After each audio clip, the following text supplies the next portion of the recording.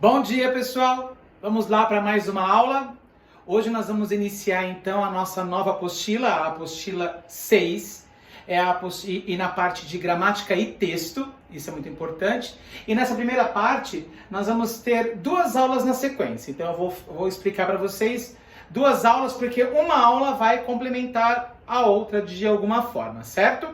Muito bem. A primeira coisa que eu quero dizer para vocês é sobre a tipologia textual.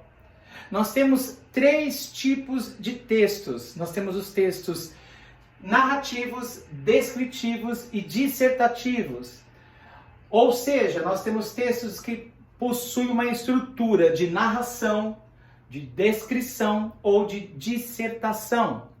Qual a diferença entre eles? A primeira coisa é que as narrações e as descrições são consideradas figurativas. O que isso quer dizer? Um texto figurativo é um texto que depende de elementos mais concretos, ou seja, personagens, situações, lugares, coisas que eu possa descrever, que eu possa apresentar, que eu possa criar diálogos, que eu possa falar. Então, essa é a principal característica dos textos figurativos, ou seja, figuras, imagens, que é o que está definido aqui.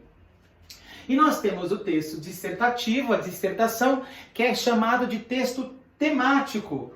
Se o texto figurativo ele é mais concreto, o texto temático ele é mais abstrato, porque ele vai estar relacionado não com a figura, não com a personagem, não com o narrador, não com o tempo e espaço, mas sim com um tema, com um ponto de vista feito por você que está ali criando seus argumentos em cima desse texto. E para nós, que estamos aí no segundo ano, indo para o terceiro ano, já preparando para fazer Enem, preparando para os vestibulares, então nós temos que pensar nessa questão argumentativa, nos textos temáticos. E por que não os textos figurativos são menos cobrados em vestibulares? E por que eles são menos cobrados do que os temáticos? Há uma questão, que é uma opinião minha, lógico, que é muito comum. O texto figurativo, ele pode ser fictício ou não. Eu posso criar possibilidades. O texto temático, ele não é uma ficção. Ou você domina aquele assunto, ou você não domina aquele assunto. Então, depende do seu conhecimento, ok? Importante entender que esses tipos de textos, eles são definidos, eles são específicos. Eles possuem suas características. O texto narrativo, ele é um texto que tem personagem, tempo, espaço, lugar, vai determinar entre tipos de narrador, primeira pessoa, terceira pessoa, personagens esféricos, planos, lugares físicos, psicológicos, assim como o enredo. Então, apresenta diferentes características. O texto descritivo, ele é um texto que também é específico, porque o objetivo do texto descritivo é dar características a algo, ou a alguém, ou a algum lugar. Então, essa é a principal função do texto descritivo. E o texto dissertativo também é específico, porque o fundamental dele é levantar um argumento em cima de um assunto, propondo um tema, propondo um debate, propondo aí um questionamento até em algumas situações. Certo? Muito bem. Para o texto narrativo, que é o primeiro que nós estamos estudando, nós vamos ter que entender o papel dos discursos. Existem três tipos de discursos: discursos diretos, indiretos e indiretos livres. Ou seja, tem três formas da personagem se dirigir ao leitor: ou por ela mesma, ou por meio do próprio narrador. O próprio narrador fala por ela. Então vamos por parte. Como se forma o discurso direto? O discurso direto reproduz a própria fala. É a própria fala registrada no texto. Então vem assim: ele disse, dois pontos na outra linha, travessão. Estou certo, aqui é meu lugar. Então é a fala dele que se pronuncia. É a própria personagem que está falando. Então esse discurso ele é direto.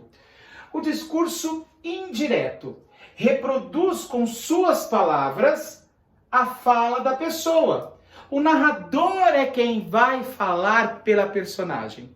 Então observe, Ele disse que estava certo que aqui era seu lugar. Veja a diferença. Estou certo que aqui é meu lugar. É a fala direta.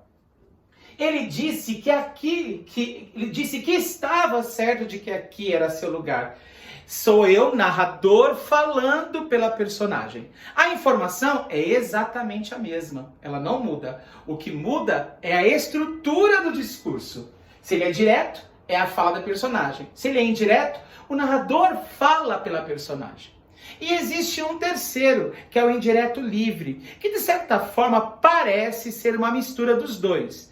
Mas não é bem assim. Se manifesta no interior da fala do narrador. Então veja, é o narrador que fala, como se fosse o indireto, por isso que ele é indireto. Mas ele é livre porque dentro da fala do narrador acontecerá algumas situações que vão nos levar a uma reflexão. Pera lá, essa fala, esse pedaço aí, ele é do autor ou ele é da personagem? E vai causar uma confusão, mas não vai incomodar no texto, não vai atrapalhar no texto. Então observe, já vimos o discurso direto e o discurso indireto.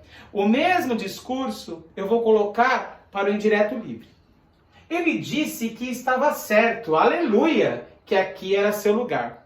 Eu coloquei dentro do discurso do narrador uma expressão, aleluia. Então eu pergunto a vocês, a expressão aleluia seria uma expressão dita pelo personagem, como se fosse direto, ou pelo narrador, como se fosse indireto? Tá aí a ideia de ser um indireto livre. Há algum momento dentro da expressão, dentro do discurso, que nos leva a entender que pode ser a personagem se manifestando ou apenas uma manifestação do próprio narrador. Ok? Bom, pessoal, façam as leituras tanto da aula sobre tipo de texto como da aula sobre discurso e depois a gente pratica nos exercícios e podemos discutir num outro momento se ainda houver dúvidas, ok? Um beijo para vocês, morrendo de saudade, querendo estar aí juntos, todos nós, mas logo estaremos, certo? Então, fique com Deus e bom exercício, boa aula aí. Um abraço!